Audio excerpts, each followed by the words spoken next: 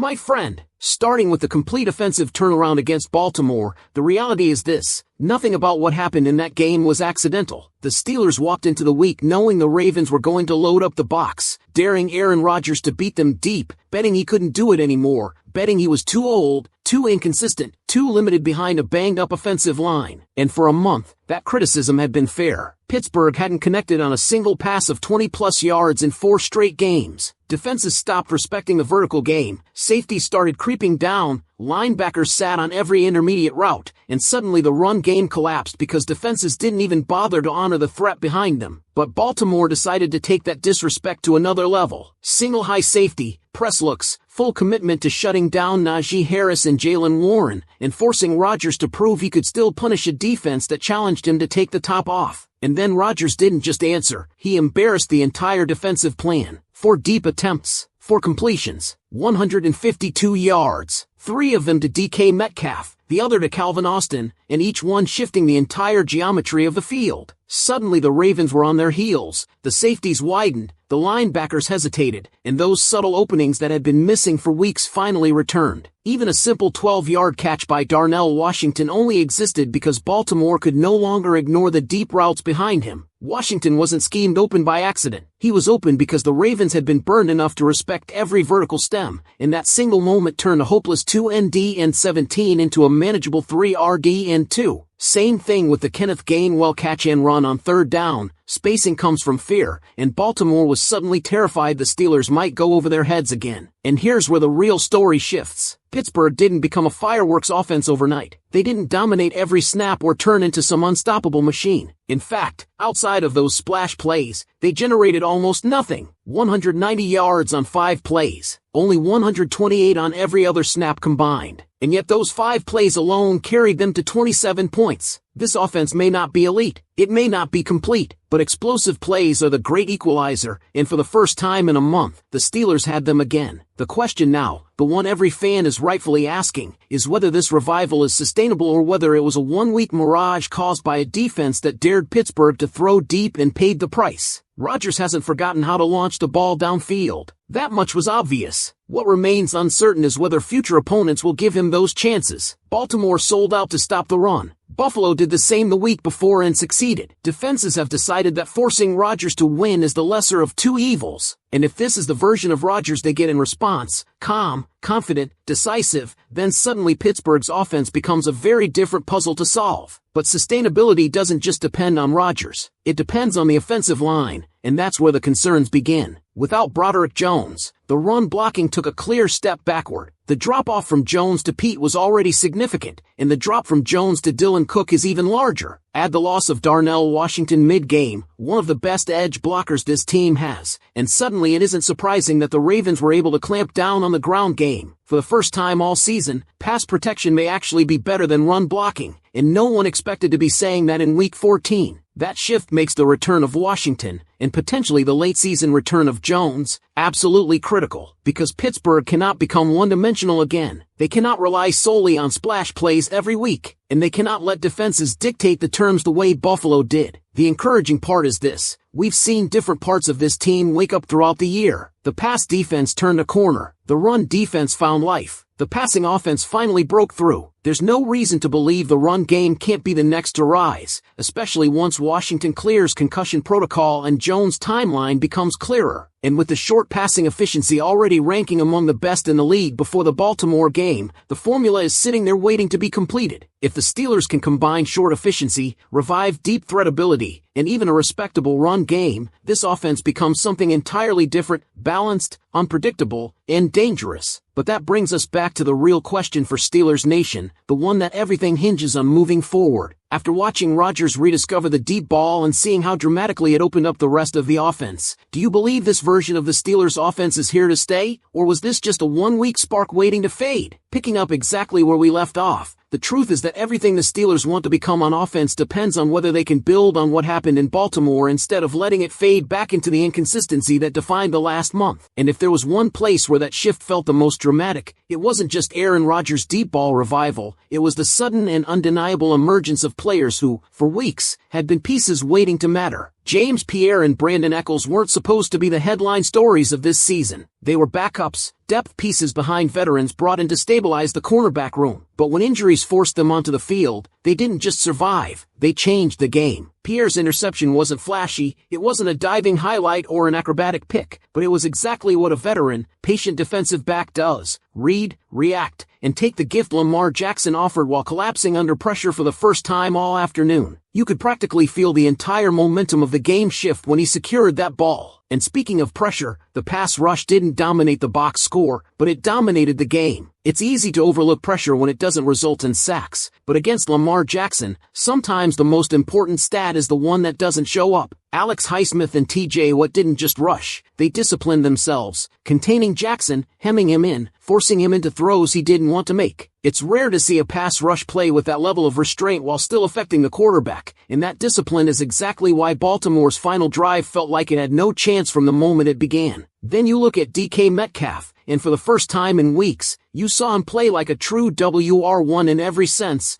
downfield, intermediate routes, the emotional spark, the physical edge, even special teams when he stepped in as a gunner just because Ben Skoranek was hurt. That isn't normal. Superstar receivers don't volunteer to run down punts. They don't scrap with blockers 40 yards downfield. They don't put their bodies on the line like special team grinders. But Metcalf did, and it lit up the sideline. Rodgers noticed. The team noticed. And if you watched that game closely, you noticed too. But the real storyline hiding underneath all of this is the uncomfortable truth the Steelers cannot ignore. The run game is drifting in the wrong direction, and without Broderick Jones, it may keep drifting unless someone steps up. Neither Pete nor Dylan Cook brings the same run-blocking presence. Darnell Washington missing snaps because of the concussion made it worse. And suddenly, an offensive line once built to bully opponents on the ground looks, shockingly, more reliable in pass protection. That's not a sustainable identity for Pittsburgh. The Steelers can't live as a splash play or bust offense. They need balance, and balance only comes when the run game comes back to life. The encouraging part is that this team has seen multiple units turn things around mid-season already. There's reason to believe they can do it again. But the next stretch of games won't offer the same defensive looks Baltimore did. Defenses won't dare Rodgers deep as recklessly as the Ravens did. Safeties will stay back. Boxes will lighten. And the Steelers must prove they can punish that the same way they punished Baltimore's single high gamble. That means the offensive line needs to stabilize. It means someone has to step up in Washington's absence if he isn't cleared immediately. And it means Warren and Harris need lanes that simply weren't there last week. Because the truth is, splash plays can win you some games, but balance wins you seasons. So now the real challenge begins. Not replicating the numbers from Baltimore, but replicating the intent, the rhythm, the confidence, and the willingness to take what the defense gives, even if it isn't the deep shot. The next step in this story is whether the Steelers can become the offense they've been trying to be all year: unpredictable, multidimensional, and impossible to dictate against. And that's where I want to hear from you. After everything we saw, from Rodgers' deep ball coming back to life, to Metcalf's fire, to the defensive backs stepping up, to the run game's worrying slide, do you believe this team is trending upward at the exact right time, or do you still see too many cracks to trust this momentum? What's your read on where this offense is truly heading? And here's the part that makes this continuation so fascinating. The deeper you dig into what happened against Baltimore, the more you realize the Steelers weren't just reacting to the Ravens, they were revealing who they want to be. Not a team that needs 12 play drives every possession. Not a team that protects itself with conservative decisions, but a team that forces defenses into uncomfortable choices. A team that can stretch the field, threaten every blade of grass, and punish matchups the moment they tilt even slightly in Pittsburgh's favor. That's why this next phase of the season becomes a test not of talent, but of identity. Because if the Steelers try to recreate the same game plan from Baltimore, it won't work. Other defenses won't play them the same way. They won't load the box with that kind of reckless abandon. They won't leave safeties isolated. They won't dare Rodgers to beat them deep unless they absolutely have to. Instead, they'll force Pittsburgh to adjust again, to play the patient game, to run the ball when the numbers say run, to take the quick hits that move the sticks, and then strike when they finally earn the right to take the vertical shot. That balance has been missing for too long, and it has cost them multiple games this season. And there's another layer to this. The defense is quietly playing with a level of resilience that keeps giving the offense room to breathe. James Pierre and Brandon Eccles aren't supposed to be playing like this. They're depth pieces by design, but they've turned into players who don't just fill space, they tilt drives. They take opportunities away from quarterbacks. They challenged receivers who should be winning those matchups. And Pierre's interception wasn't just momentum, it was a message. A defense missing key pieces still has teeth. It still has the attitude that has defined Pittsburgh football for decades. It still forces mistakes, still wins field position, still gives the offense chances even when the offense sputters. But there's no denying the weak link right now. Run defense and run blocking both look thin without Broderick Jones and without Darnell Washington healthy. Y.A. Black and Keanu Benton had flashes,